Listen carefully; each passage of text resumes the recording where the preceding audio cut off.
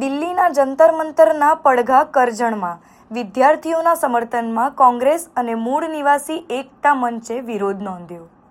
દિલ્હીમાં જંતર મંતર પર વિદ્યાર્થીઓ પર થયેલ અત્યાચારના વિરોધ તેમજ વિદ્યાર્થીઓના સમર્થનમાં કરજણ તાલુકા નગર કોંગ્રેસ તેમજ મૂળવાસી એકતા મંચ દ્વારા અલગ અલગ જગ્યાએ વિરોધ પ્રદર્શન યોજાયો હતો।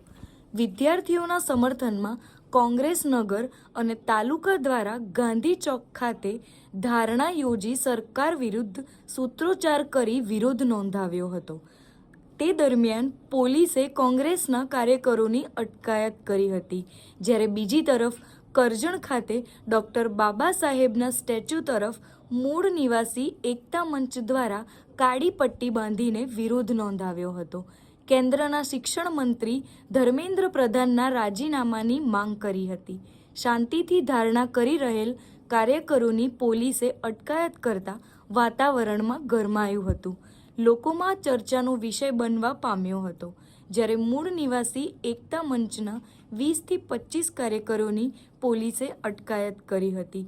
વિરોધ પ્રદર્શન દરમિયાન પોલીસનો ચુસ્ત બંદોબસ્ત ગોઠવાયો હતો।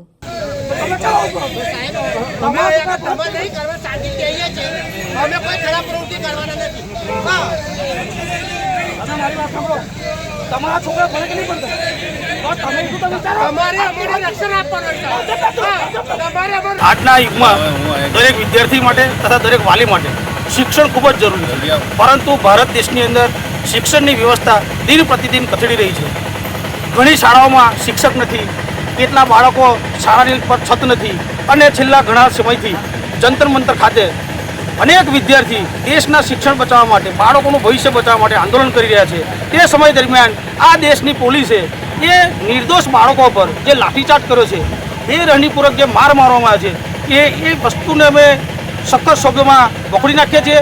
અને હાલની સરકાર, ભાજપ સરકાર, જેનું સ્લોગન છે મહત્વનું કે સૌનો સાથ સૌનો વિકાસ, તો શું આ બાળકોનો વિકાસ તમે જોઈ શકતા નથી કે તમે શિક્ષણનો વિકાસ કરવા માંગતા નથી?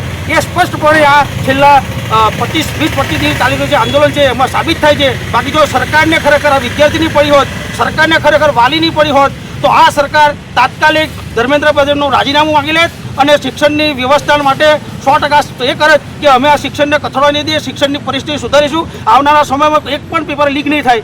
પરંતુ આ સરકાર પોતાની સત્તાની લાલચું છે, ખુરશીની લાલચું છે, એના માટે વિદ્યાર્થીના હિતમાં કે વાલીના હિતમાં એક પણ શબ્દ બોલવા તૈયાર નથી। કાલે નરેન્દ્ર મોદીનું એક ઇન્ટરવ્યૂ આવ્યું અને એમાં પણ એ જ વાત કરે છે કે કોઈ પણ ચીરુભીને છોડવામાં નહીં આવે। એવી જ રીતે ગુજરાતના હર્ષ સંઘવી હોય કે ભૂપેન્દ્ર પટેલ હોય, જ્યારે કોઈ ઘટના ઘટે છે ત્યારે એક ન માત્ર એક જ એમની વાત આવે છે કે કોઈ પણ ચબરબંધીને છોડવામાં નહીં આવે, પરંતુ ચબરબંધીને પકડો તો ખરા પહેલાં, પછી છોડવાની વાત કરો।